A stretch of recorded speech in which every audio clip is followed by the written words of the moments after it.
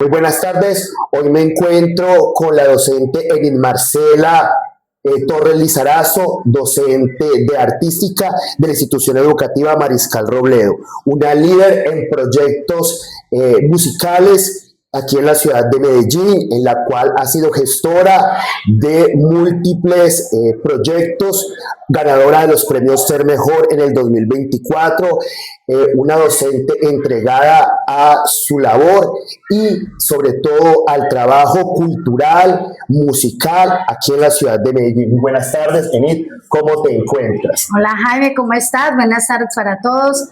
Muy bien, gracias. Bueno, quisiera en este momento hacerte una serie de preguntas frente a los proyectos educativos que has manejado junto con la intervención cultural que llevas. Mi primera pregunta es básicamente sobre, desde tu perspectiva como líder de proyectos y con base en los debates actuales y las políticas educativas en América Latina, ¿cuáles consideras tú que son los desafíos que se vienen en el futuro para el sistema educativo, tanto en Colombia como a nivel internacional? ¿Y crees que sí existe equidad y formación frente a los procesos que requieren los estudiantes, sobre todo aquellos que están en los procesos de inclusión?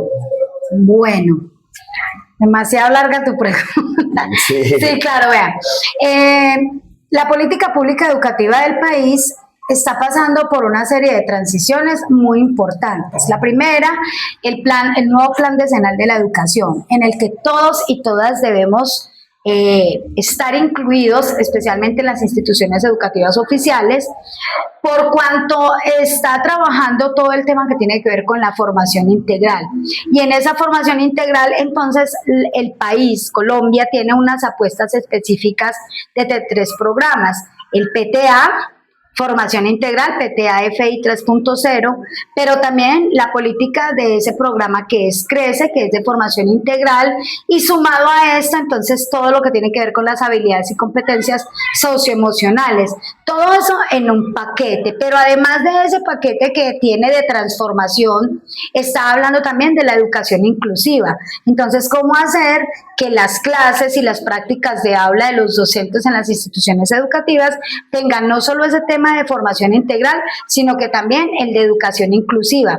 Y entonces hay instituciones educativas en nuestro país que tienen no solo la educación tradicional, sino que también tienen otros procesos de modelos flexibles que apuntan más hacia un modelo educativo sociocrítico, en donde todos y todas cabemos. La etnoeducación, las prácticas de aula que tienen que ver con formación integral o socioemocional. A su vez, Ministerio de Cultura y Ministerio de Educación lanzan a partir del año 2024 el Sistema Nacional de Educación y Formación Artística, que se involucra también con el sector educativo, por cuanto el área de educación artística es un área obligatoria y un área de importancia en la parte de las habilidades blandas, así como de las competencias y habilidades del pensamiento crítico. En ese orden de ideas, el año pasado sale aprobada la ley por Presidencia de la República, la ley 2555 o ley Artes al Aula, en donde va a visibilizar lo que en principio desde ley de educación, en la ley 115, estaba trazada como una área obligatoria. Ahora se le va a dar ese marco de que esa obligatoriedad sea realmente constante dentro de las instituciones educativas para la formación integral y las habilidades socioemocionales. Quisiera hacerte la siguiente pregunta. Si miramos el contexto particular en el que te desenvuelves y las problemáticas específicas que hay, tanto social, tanto institucional, tanto de recursos, ¿crees que tus proyectos y los proyectos que se vienen, en el cual tú trabajas la inclusión, la identidad cultural de la comunidad, crees que estos proyectos puedan trascender en América Latina? O sea, que sí se le está dando la importancia a este tipo de de proyectos y de problemáticas. Claro que sí. De hecho, Colombia está liderando un proceso importante para Latinoamérica. Si bien en nuestro país tenemos el Sistema Nacional de Formación, Educación Artística y Cultural, esta desde Presidencia de la República y el Ministerio de Cultura ya se ha extendido a un sistema latinoamericano de educación artística y cultural, en el que la formación integral está trazada, y además porque nuestros pueblos latinoamericanos tienen una característica muy particular, y es que esa identidad cultural que viene de diferentes etnias, por eso tan importante la etnoeducación, aporta al desarrollo musical y cultural de nuestras comunidades. Entonces tenemos amerindios, tenemos afrodescendientes, tenemos población mestiza, y todos estos estamos confluyendo de sur a norte, norte a sur, en donde cada vez el tema cultural, desde la música, desde las escénicas, desde la plástica, se están articulando y están haciendo unas propuestas interesantes a nivel de escuela y a nivel de formación para el trabajo y de formación de tipo profesional. Quisiera ahora preguntarte, viendo todo el recorrido que tú llevas en proyectos educativos, en gestión educativa, el conocimiento que tienes sobre política pública, ¿cómo se hace el manejo de recursos? Sabemos que desde la gestión educativa y la cultura, los recursos siempre que envían los diferentes gobiernos son limitados. ¿Cómo atiendes tú esa problemática personalmente para realizar esos proyectos? ¿Consideras que lo que tú estás haciendo está respondiendo a las necesidades de la institución, de la Secretaría de Educación donde trabajas? ¿Qué prioridad tienes tú o qué te parece más urgente resolver en términos de gestión educativa y de gestión cultural? Bueno, hay una palabra mágica en todas las instituciones oficiales, y es: no hay plata. Pero eso es una falacia. Los recursos están, los recursos cuentan. Colombia con varios recursos de ellos, entre ellos están los COMPES, y los COMPES están articulados por líneas temáticas, dependiendo de qué es lo que la institución educativa o la escuela de música o el municipio necesita para su comunidad. Además de eso, pues están las regalías de empresas que tienen que ver con hidrocarburos o con la explotación de agua minera, entre otras, y eso también son captaciones de recursos, además de los recursos que mueve la empresa privada por responsabilidad social, en donde se eximen de unos impuestos en la medida en que patrocinen o amparen proyectos, algo así como una especie de mecenas por allá en el medioevo. Entonces, ¿qué pasa? Que en Colombia, cuando son los recursos públicos, los dineros públicos, pasan unos filtros por unas convocatorias. Yo soy gestora cultural, y yo como gestor cultural, ¿qué debo hacer? Debo organizar un proyecto cultural, sea de emprendimiento o sea de proyección, de circulación, de composición, de cualquiera de las líneas temáticas que tienen los proyectos. Yo lo escribo, lo organizo con mi comunidad y participo en esas convocatorias. Obvio, hay convocatorias municipales, sobre todo de las ciudades capitales, que tienen sus propias convocatorias: Bogotá, Medellín, Cali, entre otras. Pero también están las convocatorias departamentales. Cada departamento tiene sus convocatorias para sus municipios PEDER o no certificados, y obviamente la convocatoria del Ministerio de Cultura. Pero también por parte del Ministerio de Educación también hay otras apuestas. En el caso del sector educativo, es el docente con el directivo docente quien tiene que jalonar para la configuración de esos proyectos. Por ejemplo, en Medellín, Secretaría de Educación tiene el premio Ser Mejor. Para yo llegar al Ser Mejor, ay, no, eres la mejor maestra. No, no se trata de ser la mejor maestra. Se trata de que el proyecto pedagógico que yo armo en el marco del proyecto educativo institucional y en el marco de la reglamentación colombiana, en el caso mío, desde el área de educación artística, ¿cuál realmente es la necesidad que tiene la institución educativa?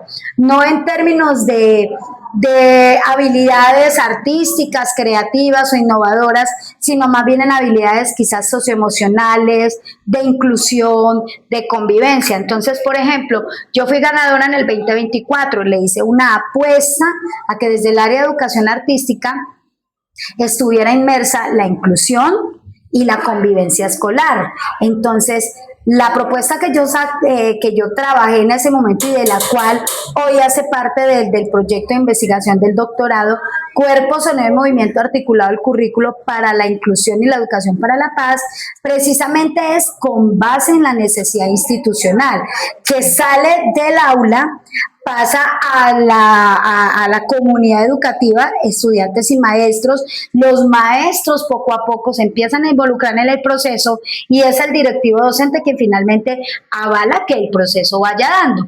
Ahora, que uno sea ganador o no sea ganador, pues no te puede bajar a ti las expectativas de que antes, si no gane un recurso económico, entonces el proyecto lo va a echar para atrás, o ya no me interesa y no voy a hacer nada. No, precisamente nuestra labor como docentes es seguir trabajando día a día, más allá de si participo o no en concursos y convocatorias por dineros. Te hago una pregunta. Para mitigar estas problemáticas en torno a las situaciones que se viven en las diferentes instituciones educativas, ¿qué crees tú que ha permitido que tu liderazgo trascienda no solo en la escuela, sino que haya pasado a ser una líder conocida en la ciudad de Medellín, con estrategias muy puntuales desde lo musical y que haya sido visible en el Ministerio de Cultura? Te pregunto por estos mecanismos o estrategias para que nosotros, los demás docentes, tengamos como una participación igual activa en la sociedad, sobre todo en estos proyectos. Entonces te repito mi pregunta: ¿qué mecanismos o estrategias pedagógicas has implementado para lograr que tu liderazgo haya trascendido y salga de la escuela y trascienda a nivel social? Bueno, en primer lugar en la escuela, el aula. Entonces yo estoy con mis estudiantes, voy a poner un ejemplo para Mariscal Robledo. Los estudiantes del grado 10º. Yo con ellos inicié el proyecto en el 2024 cuando estaban en octavo. Hoy puedo decir que los estudiantes del grado 10º han llevado una trayectoria de 3 años conmigo y han crecido a nivel de diferentes apuestas culturales. No solo desde la música, sino también emisora, medios escritos, medios audiovisuales y otras habilidades que les han servido a ellos para sus demás áreas del conocimiento. Entonces, una de las apuestas que yo tengo es que mis estudiantes salgan del aula. Y no es salir al patio ni al parque, no. Es salir a otros espacios de aprendizaje. Por fortuna, Medellín cuenta con demasiados escenarios propicios para el aprendizaje, para la cultura, para el desarrollo de los niños, niñas y adolescentes de nuestra ciudad. Entonces, ¿qué hago? Tratar de que ellos habiten la ciudad en esos espacios, conozcan, aprendan, se relacionen con otros. Tenemos los maestros y maestras de la ciudad de Medellín un centro muy interesante que es MOVA, Centro de Innovación del Maestro, y es precisamente llevar allá las prácticas o las experiencias significativas de aula. ¿Qué hago yo con mis estudiantes? Entonces, cuando el estudiante sale del aula al patio, al interior del colegio y empiezan a ser reconocidos, empieza a ser reconocido el proceso con el que llevan, trasciende del salón, trasciende del colegio a otros escenarios, ya entonces la institución educativa empieza a mover otro tipo de estrategias desde esa gestión educativa. Y esas son, digamos que mis herramientas pedagógicas, porque a mí me interesa que el estudiante aprenda más allá de un cuaderno. Mire, Jaime, en mis clases yo no utilizo el cuaderno. El cuaderno lo tienen, digamos que como un protocolo de listado que se pide al inicio, pero el cuaderno en últimas no me va a decir nada de si el estudiante aprende o no aprende. Es más cuando está en el campo, es más cuando se relaciona, cuando le hacen la entrevista al otro, cuando pregunta, cuando indaga, cuando participa con otros, cuando resuelve problemas y atiende a situaciones reales, concretas de su entorno. Cuando llegan a una media técnica fortalecidos porque quieren estar en esa media técnica, porque son los intereses de ellos los que los movieron. No porque hay que llenar el cupo en media técnica sí o sí, no. Entonces son esas apuestas las que yo hago. La última pregunta para cerrar esta entrevista, Enid. Tú como líder educativa, como promotora de cultura, como líder social que eres, que estás trascendiendo tus procesos educativos, que estás yendo más allá del aula, ¿podrías decirnos cómo articular estos proyectos culturales y educativos que tú manejas con la política pública?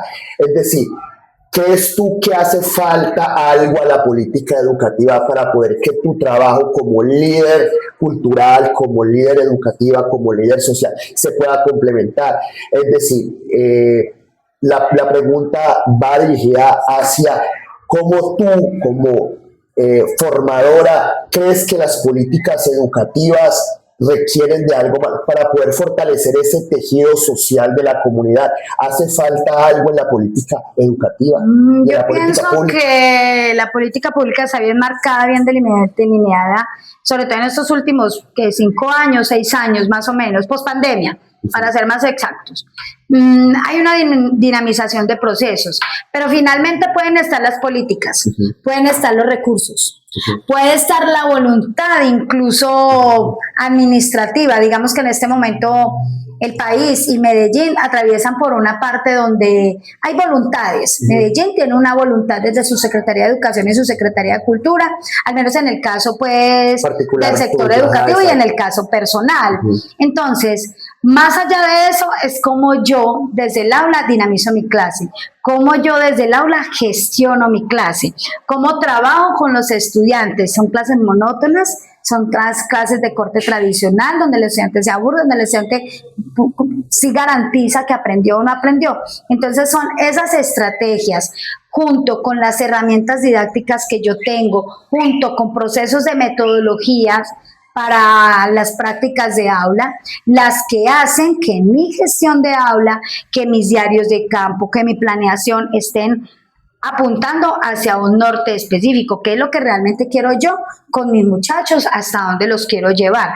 Pero si yo soy por el contrario un docente que tengo que cumplir con un horario, que tengo que cumplir con un currículo, porque si me salgo de esa línea, entonces me voy a condenar o va a pasar algo, me va a regañar el... No, cuando yo soy en esa medida, digamos un docente tradicional que repite y repite año tras año, década tras década, los mismos conocimientos, yo como maestro sí me tengo que sentar y preguntarme qué estoy haciendo realmente. Yo tengo que evaluarme constantemente, porque es que la generación de hace 20 años no es la misma de ahora, y la generación nuestra mucho menos, ni más faltaba. Entonces son ellos los que están dinamizando estos aparaticos, inteligencia artificial, modelos pedagógicos flexibles, formación integral, todas esas palabras, bla, bla, bla, bla. ¿Cómo soy capaz, como docente, en mi gestión de aula, de articularlos y no pelear con ellos? Y no se trata de una acción punitiva, no puedes usar el celular, no. ¿Qué hago yo para que el estudiante conscientemente decida que es mejor estar en la clase y no tener el dispositivo? Son ese tipo de estrategias que... En términos de política educativa y de política pública, ¿crees que hace falta algo para que los proyectos sociales y culturales y musicales que tú realizas puedan trascender en el tiempo, puedan visibilizarse a nivel nacional e internacional? ¿Crees que hay apoyo frente a esa política para que se logre esos objetivos? Vuelvo y te digo, la política está, hace falta es voluntades y hace falta movilizarse, gestionarse, ser uno emprendedor. Entonces, pueden estar los recursos, puede estar la política, pero si no hay la voluntad misma del maestro nunca va a pasar nada. No es que le falte o no le falte, ¿qué falta?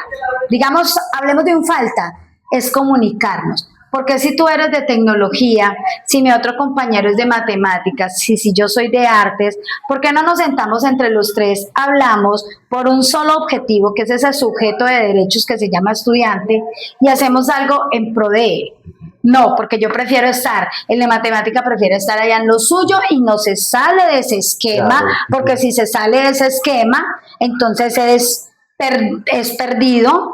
Y si yo permito que el estudiante en matemática tenga un pensamiento crítico, analítico y flexible, entonces ya no me sirve, porque es que tiene que ser aburrido, claro, tiene que ser no esquemático. Tiene que hacer arte, si no puede ser un artista se le olvida demás, que para hacer arte se necesita de la matemática. Si el profesor de tecnología está centrado en un dispositivo y todo lo transforma en IA, pues tampoco estás haciendo nada, más bien, cómo la IA la utilizas para que sea realmente una estrategia. No es copie, pegue, hágame la tarea y yo resuelvo. No, claro. Por eso las instituciones educativas superiores están poniéndole el límite a eso, porque entonces ¿a dónde hemos llegado? No es que el dispositivo o la herramienta sea mala o la OVA sea mala, no, el que es mala es la metodología como yo lo estoy utilizando, cómo estamos comunicándonos. Entonces tenemos innumerables pedagogos que hablan de la colectividad, del cooperativismo, modelos como STEAM o STEAM, modelos como ABP, modelos como Maker, son modelos que ponen a flexibilizar y a movilizar el pensamiento en equipo, porque lo que tú sabes, lo que yo sé y lo que el otro sabe se puede integrar y hacer grandes productos. Claro, y ese es el verdadero tejido social que se está creando en las comunidades y que está trascendiendo. Y no es que haga falta, no. Me parece que lo que se está haciendo y la política que está manejando al menos Colombia es interesante y está apuntando al deber ser del sector educativo. Ahora, y cultural, por supuesto. Pero más allá de ese deber ser, es entonces empezar, tanto desde el Ministerio de Cultura como el Ministerio de Educación, es empezar a mirar hacia abajo, hacia el docente. Realmente si estás cumpliendo con ese deber ser, porque entonces hablamos que Colombia hace parte de la OCDE y la OCDE mide, es un rasero que mide cuantitativamente realmente producto-beneficio tangible del proceso educativo y formativo. ¿En qué condiciones está Colombia? ¿En qué condiciones está Latinoamérica? Si yo me metí a la OCDE es porque soy capaz de brindar, tanto para el sector cultural como para el sector educativo, en los niños, niñas y jóvenes, la posibilidad de aprender más allá de un cuaderno, más allá de estar en el aula. Entonces, eso no es, vuelvo y te insisto, no es que haga falta, lo que sí realmente hace falta en esa palabra es voluntades y las articulaciones. Bueno, muchísimas gracias. Quiero agradecer a la docente Enid Marcela Torres por esta entrevista tan enriquecedora, sobre todo en un tema tan importante como es el liderazgo en los proyectos educativos. Felicitarte, sabemos que eres una persona que promueve la educación y la cultura y que trabajas en pro de eso. Muchísimas gracias, Enid, por esta entrevista. Gracias, Jaime, que estén muy bien, hasta luego.